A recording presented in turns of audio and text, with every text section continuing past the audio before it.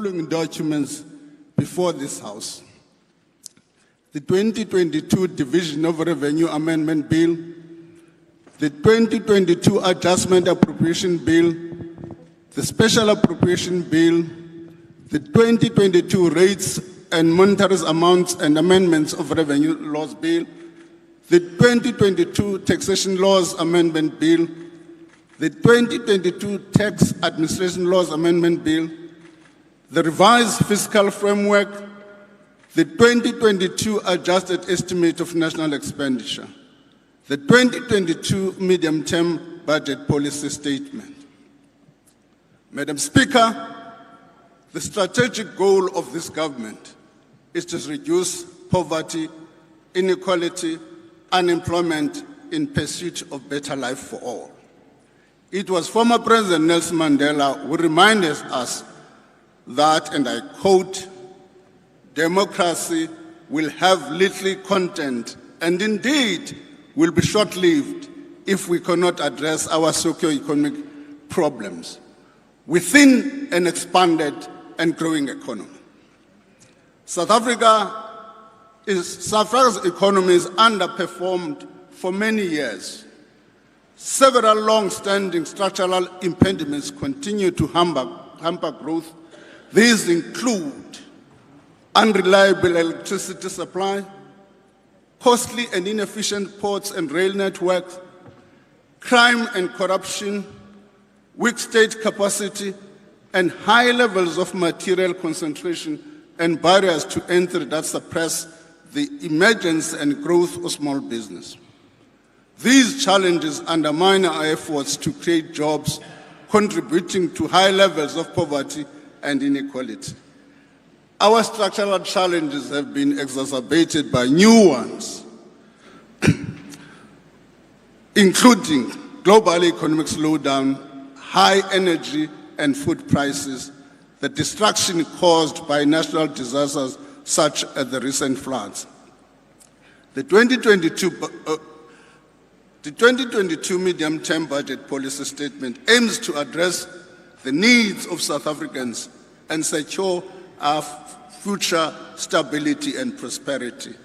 It provides for spending adjustment to continue rebuilding lives and infrastructure following devastating flood damages earlier this year. It restores fiscal strength and rebuilds fiscal space despite the unfavorable economic backdrop. It enhances the quality of public service such as education and health. It also prioritizes the safety and security of our people and invests in future growth by increasing funding for critical infrastructure. Madam Speaker, let me now turn to the economic outlook. Many of the risks we outlined in the February 2022 budget speech have materialized. Globally, these include rising inflation, tightening financial conditions, and the ongoing effect of COVID-19, including more stringent lockdown in China and their impact on global demand and supply chains. These were made worse by the outbreak of the Russian-Ukraine conflict. As a result, the IMF global growth forecast for 2022 has been revised downward from 4.4% to 3.2%, and the 2023 estimate from 3.8% to 2.7%. This means that the global environment will be less supportive of our growth than we anticipated at the time of the budget. The outlook contains many risks, notable further slowing global growth and high inflation and the Russian-Ukraine conflict. There is also a possibility of energy rationing in Europe that will impact on global energy prices and output. A further decline in Chinese economic growth could slow global demand and add pressure to global supply chains, while the tightening of monetary policy could slow global output even further. These are significant risks in the global environment. In this context, small open economies like ours need to be especially careful and have solid fiscal buffers in place to weather the coming storms. Domestically, the robust pace of economic recovery in early 22 was derailed by floods in various parts of the economy, particularly KwaZulu-Natal and the Eastern Cape, industrial action in key sectors, and widespread power cuts. We now expect real GDP growth to 1.9% in 2022, compared with an estimated 2.1% in February. Over the next 2 years, the economy is expected to grow at an average of 1.6%. This level of growth is too low to support our developmental goals. Accordingly, we must take action to put our economy on a higher growth trajectory. Our approach to growth is based on clear and stable macroeconomic framework, complemented by the implementation of structural reforms to improve competitiveness, industrial policy to boost manufacturing, and measures to strengthen the capacity of the state. Key elements of our macroeconomic sector are stable and flexible exchange rate, low and stable inflation, and sustainable fiscal policy. Since the budget in February, we have accelerated the implementation of structural reforms to address binding constraints on economic growth and support investment and job creation. Madam Speaker, the intensity of load shedding is having a disastrous effect on our economy. We have therefore focused on our efforts on reforms in the electricity sector. Several policies and regulatory changes aimed at creating a competitive energy market are also underway. These include the removal of the licensing threshold for embedded generation projects, where the pipeline has grown to 100 projects, representing over 9,000 megawatts of capacity. The Electricity Regulation Amendment Bill has been finalized. It provides for the establishment of an independent transmission and a systems operator, which will fundamentally transform the electricity sector, reducing South Africa's reliance on a simply monopoly utility and unlocking massive new private sector investment in generation capacity will contribute significantly to long-term energy security. Madam Speaker, there is a crisis in our logistics sector. Inefficiencies in port and rail are costing the economy billions and further undermine our efforts to raise growth. We welcome the end of the strike, a Transnet strike, and are working with Transnet leadership and all stakeholders to urgently address the challenges in the sector. Several steps are being taken to introduce greater competition and efficiency into ports and railway. The National Assembly has passed the Economic Regulation of Transport Bill. It will establish independent transport regulator to encourage greater competition and enable regulated access to the network. In addition, requests for proposal have been issued for third-party access to the freight rail network and private sector participation for the Durban Port Pier 2 and Ngquha container terminals. In the telecommunications sector, the auction of high-value broadband spectrum has been completed. The next step is to complete digital migration to release frequencies. The Minister of Communication and Digital Technologies will shortly indicate a new date for analog switch off. In the water sector, we have accelerated the backlog of water use licenses. The process to establish a water regulator through the National Water Resource Infrastructure Agency Bill is also on track. This agency will enable effective management of bulk water infrastructure and facilitate private sector investment. The review of the work visa system has been completed with recommendations to attract skills and investment. Honourable members, these reforms are not the totality of our reform agenda. More must and can be done to unleash dynamism of our economy. Key to this is the need for a capable developmental state. Madam Speaker, a strong and capable state is a necessary precondition for growth.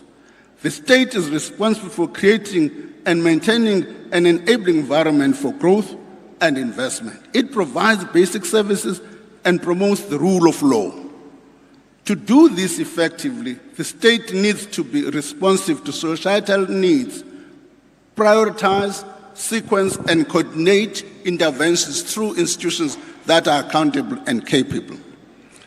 Leveraging fixed investment is a critical part of our achieving sustainable and inclusive growth. It supports economic recovery, raises the economic potential, and creates jobs.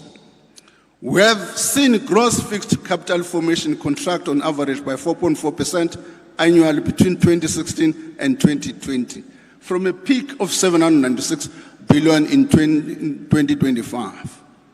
The contraction has been broad-based. Private sector investment, which accounts for nearly 2/3 of total fixed investment, as well as the public sector, have both declined. We seek to reverse these trends by tackling impediments to investment. In the private sector, policy uncertainty, constraints to the ease of doing business, along with the high cost of doing business, are often cited as key constraints to investment. Our clear and stable macroeconomic progress on structural transformation, supporting enabling growth, will go a long way to removing impediments to investment. They will also boost confidence and create an enabling environment for the private sector to invest. With respect to public sector investment, state-owned enterprises have an important role to play in the provision of critical economic goods and services in the economy. Addressing this supply constraint, particularly in the energy and transport sectors, is critical to support higher and sustainable economic growth. On general government, we are increasing on-budget infrastructure allocations to remedy the erosions of baselines. Over the medium term, government consolidated spending on building new and rehabilitating existing infrastructure will increase from 66.7 billion in 2022-23 to 112.5 billion in 2025-26. This includes roads, bridges, stormwater system, and public buildings. This makes spending on capital assets by the fastest growing item by economic classification. By delivering on public sector investment, we'll crowd in private sector investment, improve public service provision, and address backlogs, thus ignite a vicious cycle of high investment, growth, and employment potential. We are also committed to improving state capacity, project planning, preparation, procurement practices, and contract management. This will address the underspending of allocated infrastructure budgets, improve value for money and efficacy of our investment. Madam Speaker, climate change is reshaping the world around us, including our economic context. It poses physical risk to our people, infrastructure, the environment, and production of, including the critical goods such as food. The global response to climate must be coordinated.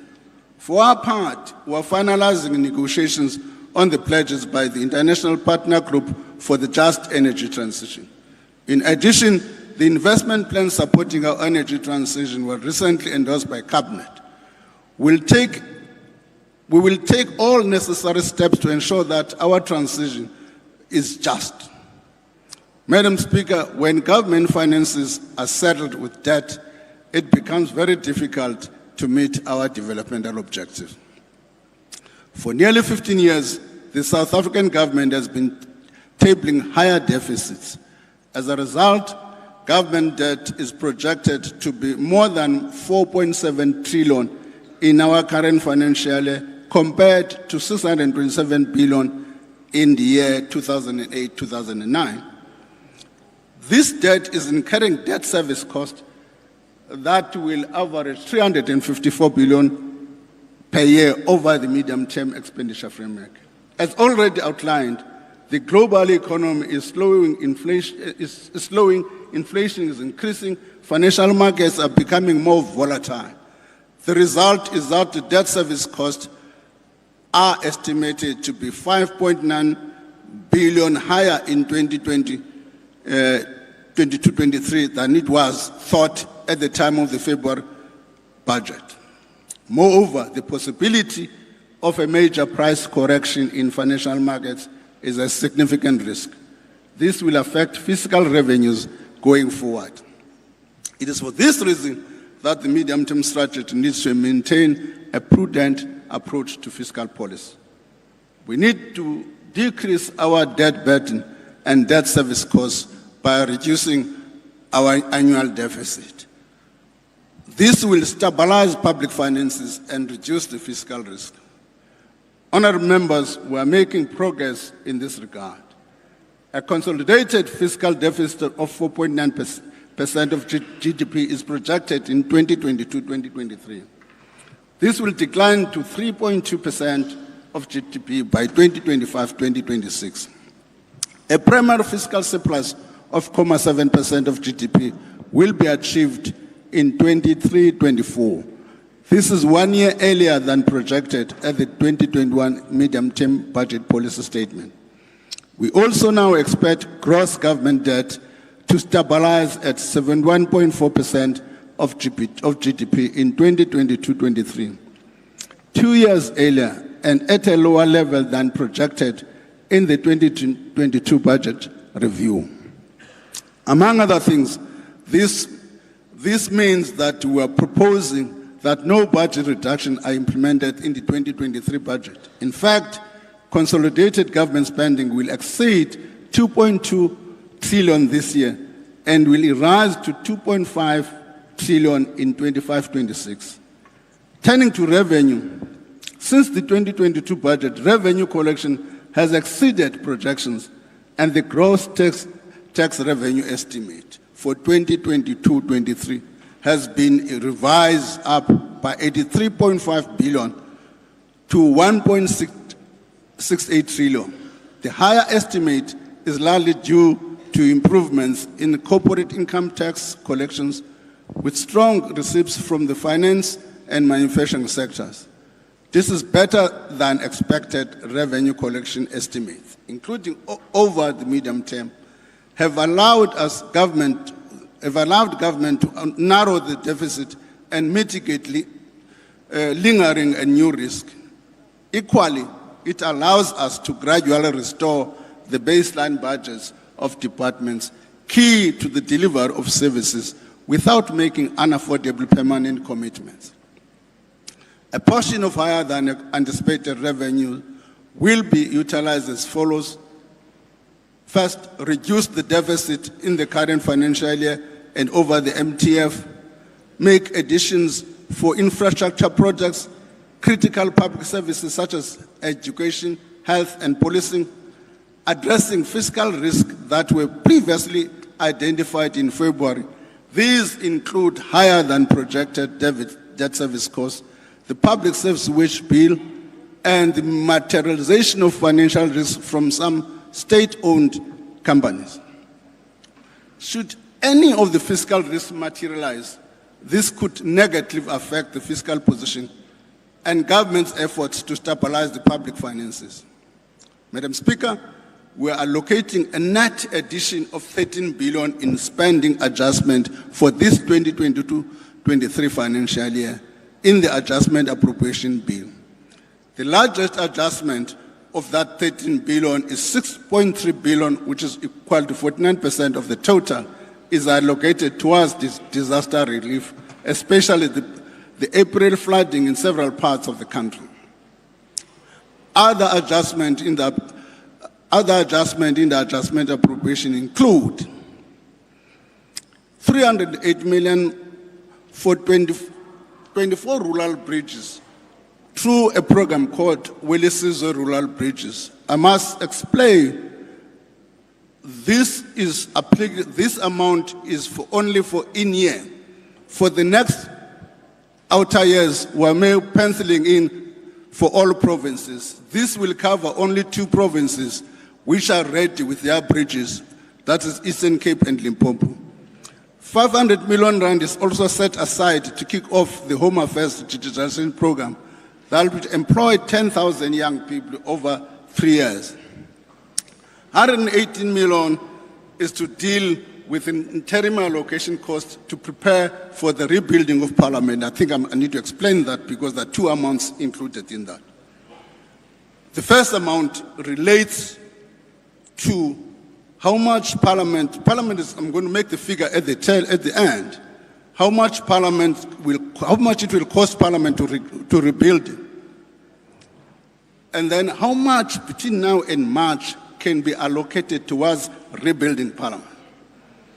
That amount is penciled in. The second amount in that 118 is an amount that says, in between as a result of the fire, Parliament has incurred additional costs it had not factored in, including offices, including this address today was not budgeted to be outside.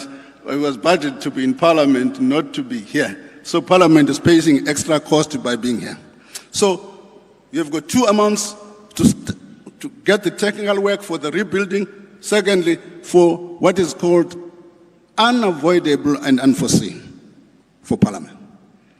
Honourable members, during the current financial year, wage negotiations have been taking place at the Public Service Coordinating Bargaining Council. On the 30th of August 2022, government made a final offer which emanated from a facilitated process.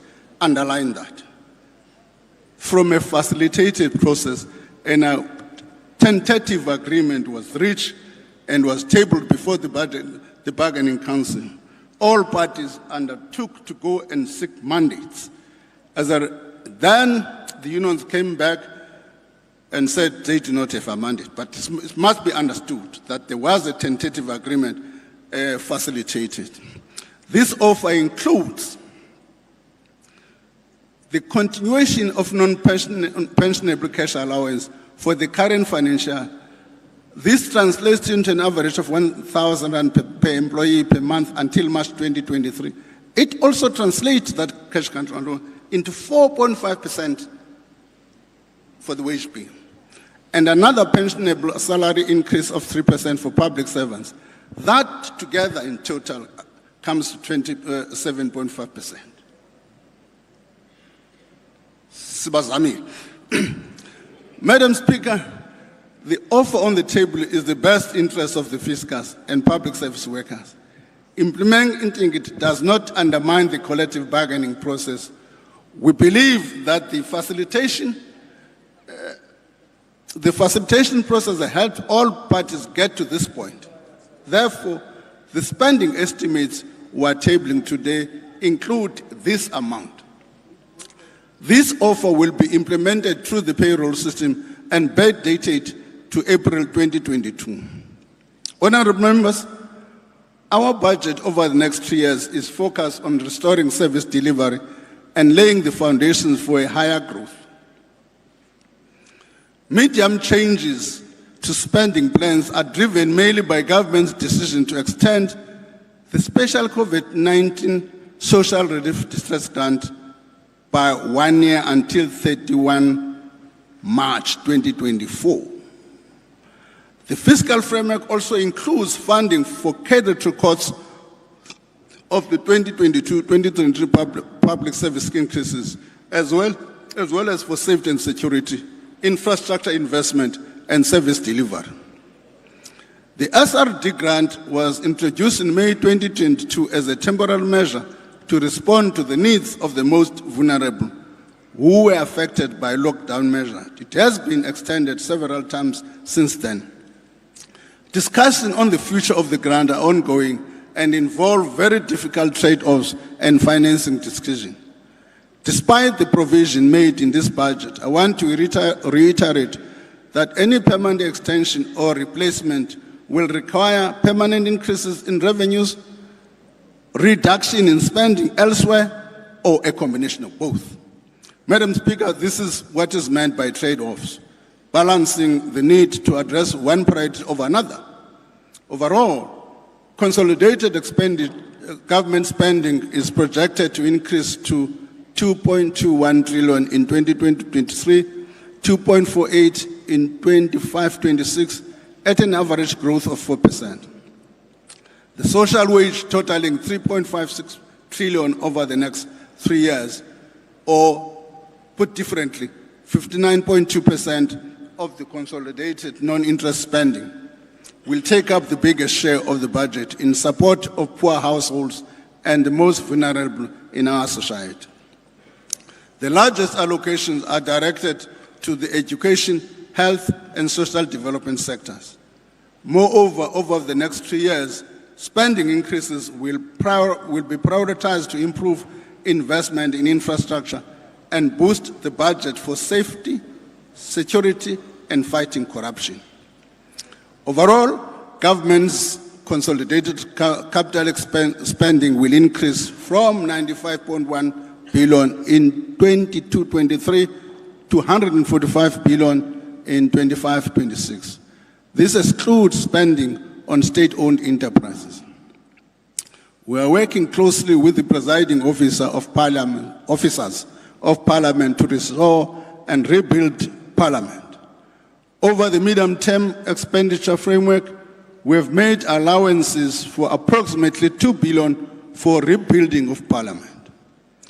Madam Speaker, over the next years, we will work with provinces and municipalities to make meaningful progress in achieving our developmental goals. Municipalities shape the living conditions of our people. They ensure that people have access to cleaning, drinking water, energy, housing, and sanitation. Yet several municipalities are dysfunctional, experiencing either financial or leadership crisis, reflected in a general inability to deliver services. Following a diagnostic review of the local government capacity building system, the National Treasury is coordinating with key stakeholders, including the Department of Cooperative Governance, SALGA, and provinces, in the design of capacity building systems towards a more integrated and outcome-focused approach.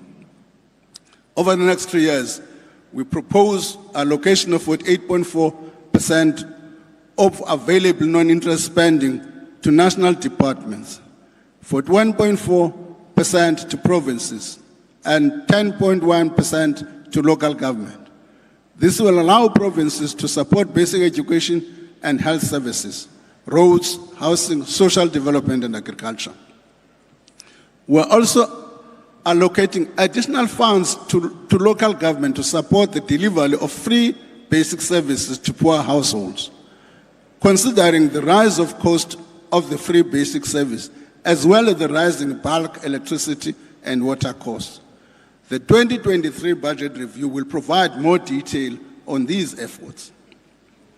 Madam Speaker, some of the state-owned companies represent critical components of our economic activity, especially in transport, engineering, and energy. These companies should be self-sufficient and must contribute to economic growth. Unfortunately, we face a situation where financial weaknesses caused in previous years by bad leadership and corruption still need to be resolved. Moreover, when unavoidable events such as the recent floods destroy infrastructure and assets, it puts the whole economy at risk. In the meantime, the road network must function, ports must operate, and critical technical projects cannot be halted.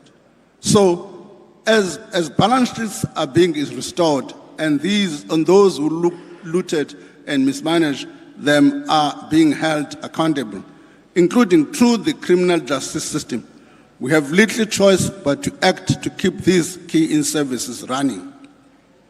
We are proposing to use higher than anticipated revenues in the current year to reduce risk from specific SOEs. These resources cannot be used to fund baseline increases as they are once-off. Using them in this way will also not expand the fiscal deficit compared to our existing medium-term plans. The financial support to SOEs recognizes their potential to contribute to our long-term growth prospects. We are thus tabling a special appropriation bill to provide additional funding to Denel, Transnet, and Sandra. These allocations will allow these entities to adjust their business models and restore their long-term financial viability. Fiscal support to state-owned companies remains a challenging balancing act given the many competing priorities and limited resources. Funding to SOEs will now come with strict pre- and post-conditions. Pre-conditions mean that SOE will need to comply with these conditions before they receive government support, and not after. Non-compliance to conditions means no funding. Transnet is allocated 2.9 billion to ensure the return of out-of-service locomotives.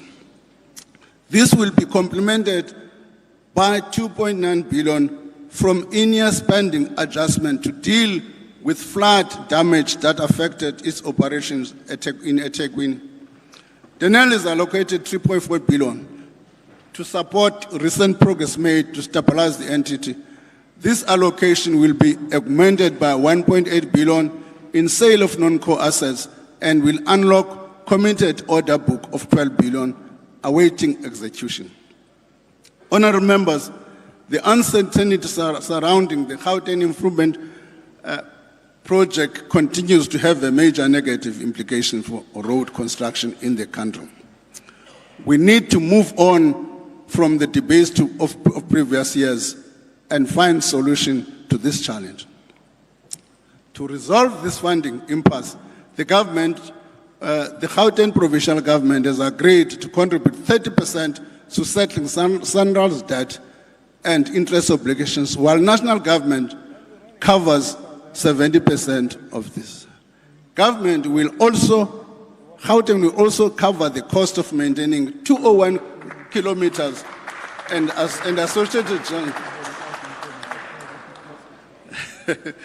with the 201 kilometers and associated interchanges of the roads, and any additional investment in road will be funded through their existing electronic toll infrastructure or new toll plaza or any other revenue source which within their area of responsibility. Let me just explain this because it became, okay, before that, let me do this. Government proposes to make an initial allocation of 23.7 billion from the national fiscus, which will be dispersed on strict conditions. Let me then explain, because there was something which, when I addressed the media, let me explain this thing. For 7 years, we've been battling with e-toll in Gauteng. And for all the political wrangling, it has had an impact on the balance sheet of Sandra. What is the implication? Now, Sandra can default any time. So we've agreed with Gauteng. Gauteng, take your toll, your roads. We will take the debt, a better portion of it, but you will contribute 30% of it. From then, Tina as national singaphandle ngebail uzihambela wedwa mntaseka. Moving forward, if you decide to maintain the roads, you as Gauteng, you can either toll to get the maintenance, or you can, from your own revenue, do something about that. So, save value e-toll from today in that sense.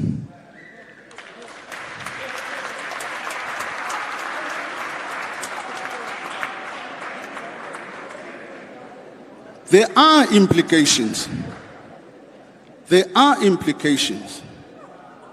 What are those implications? Gauteng is still yet going to do phase 2 of this project. It's going to be important that in doing phase 2, proper planning and thinking on how to fund phase 2 must take place. That's one of the implications we must have. It also has got implication on the user pay principle. Turning to Eskom, For at least a decade, we spent billions of rands supporting Eskom with limited improvements in the reliability of the electricity supply or the financial health of the company.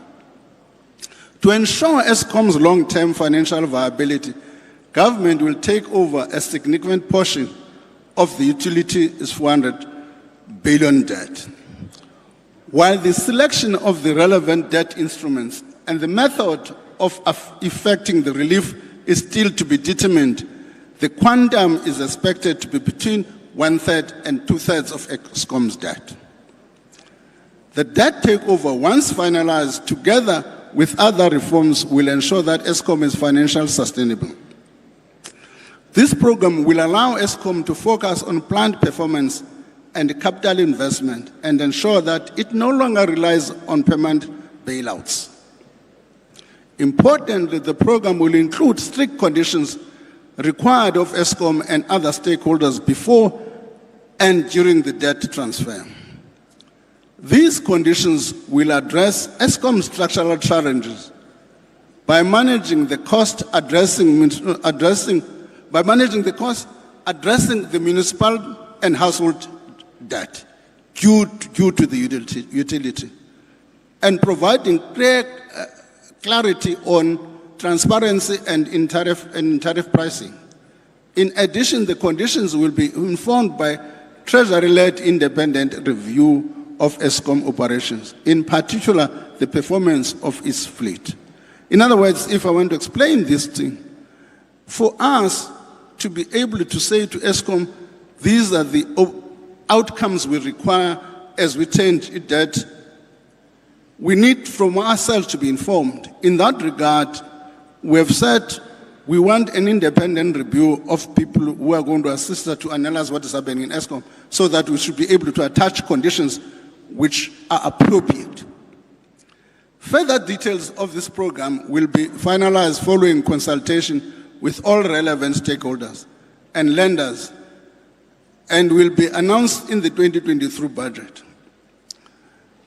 Madam Speaker, I must say we made a commitment in the budget that we'll provide more detail, including the quantum on this Eskom. However, dealing with financial individuals is quite a complicated issue, President. Lenders are quite a difficult crowd to deal with. In the process of doing all of these things, trying to find out what the quantum should be, we've got to negotiate with the lenders. There are legal implications and so on and so on. But we're still committed to make our decision within the financial year, because in February we said within the financial year. We didn't say by the medium term. So we'll still make that commitment by the financial year in terms of even the quantum. We are also adopting best practices in the procurement of goods and services, including the highest standard of transparency in the tendering process. Such modernization aims to simplify and speed up the process of public infrastructure projects while reducing the scope of looting and corruption. Here, the issue is Dr. Ramkopa tells us that the underspending on infrastructure per annum is 43 billion rand. And largely of that relates to skills issue, corruption, regulatory framework which is problematic. Tight regulatory framework. I was addressing a meeting somewhere, somebody raised a hand and said, when are you going to stop Regulation 16, which is frustrating triple Ps? I didn't know about Regulation 16. I went back to the office to check what Regulation 16 does. It turns out it also makes people to triple Ps to take over a three-year period. So those minor things need to be removed from the system in order to make sure that procurement can be effective. We expect to introduce the public procurement bill, which will enhance transparency, integrity, and promoting the use of technology for efficiency and effectiveness in the public procurement to Parliament by March 2023. Honorable Maswangai will bear with us. The government, in South Africa, there's a democratic process. The consultation process is beyond us.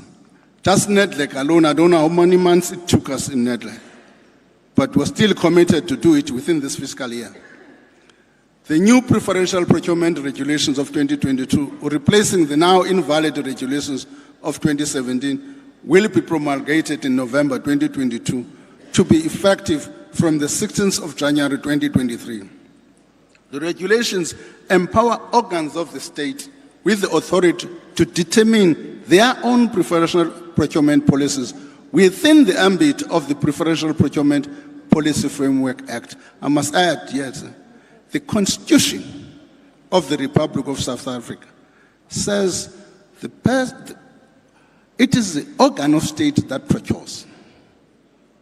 It's the organ, every organ of state must have its own procurement policy, not be getting permission now and again from Treasury. So we're giving you that authority, each organ of the state to be able to have its own procurement policies. No one will then say, if I don't deliver on time on my project, I'm delayed by Treasury. Madam Speaker, earlier this week, President Ramaphosa announced government's response to the recommendations of the Commission of Inquiry into State Capture. It committed government to a new chapter in our struggle against corruption, to advance the renewal of our society. It noted the need for the state to be ethical and free of corruption as it serves the needs and interests of the people. As noted by the Commission, to enable service delivery, we should protect honest accounting officers and authorities who make decisions in good faith from criminal prosecution and civil litigation.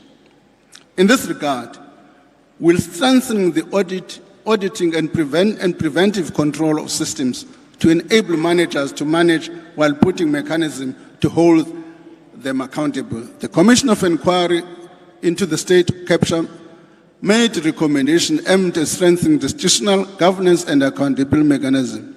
As has been done with Bain, we'll continue to take punitive administrative action against companies and individuals who have actively facilitated corruption and irregular activities.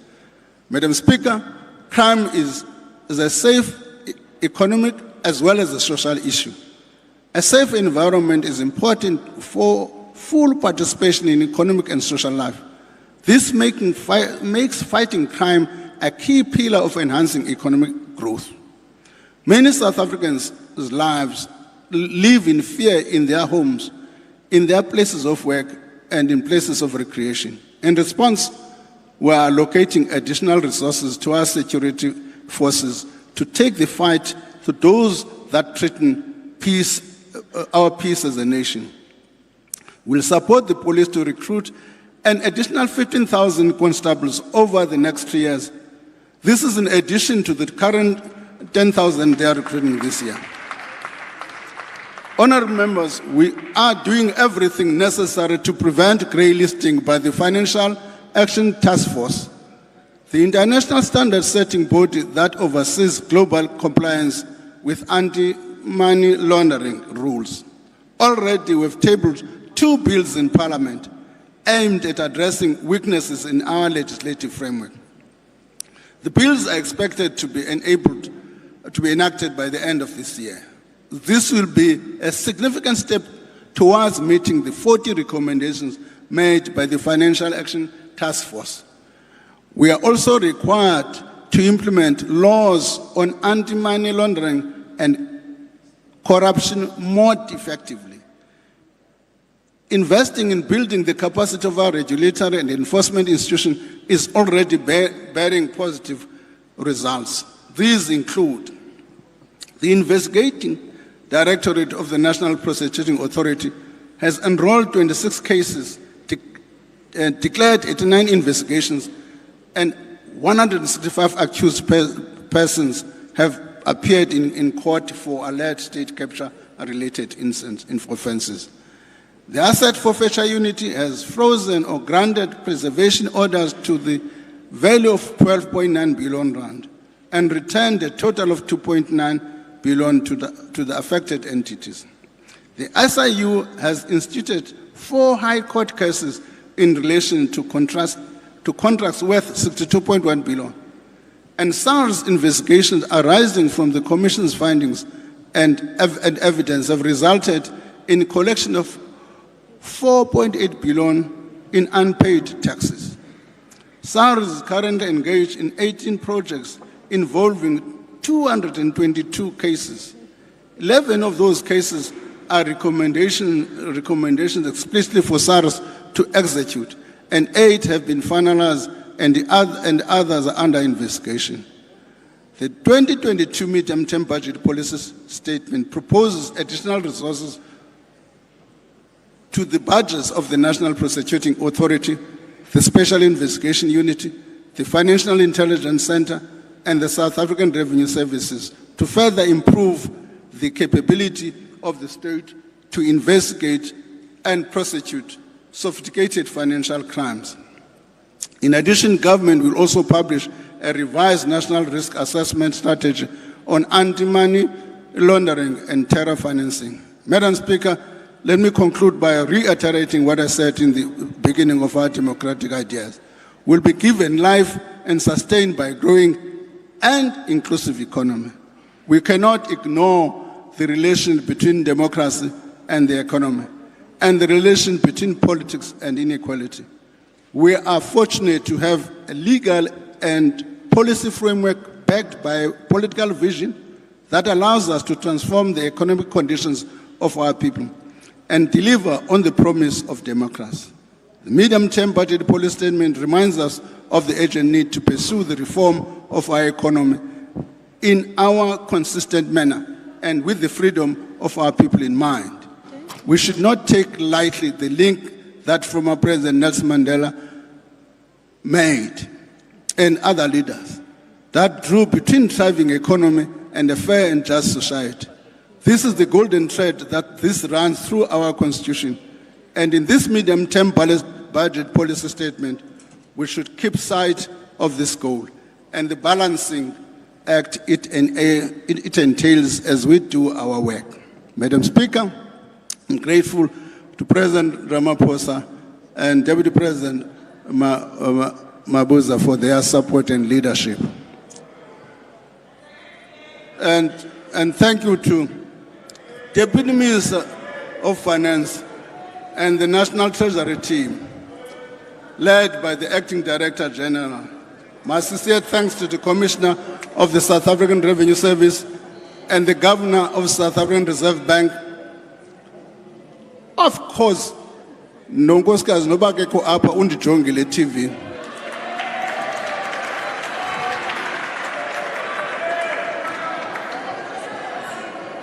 Let me also thank my colleagues in the Ministers' Committee on the Budget and the Budget Council who have shared the load of tough decisions that have to be made. Similarly, the Parliamentary Committee of Finance and Appropriations. I express my sincere appreciation. Lastly, thank you to each and every South African, including you. I serve at your privilege. I thank you.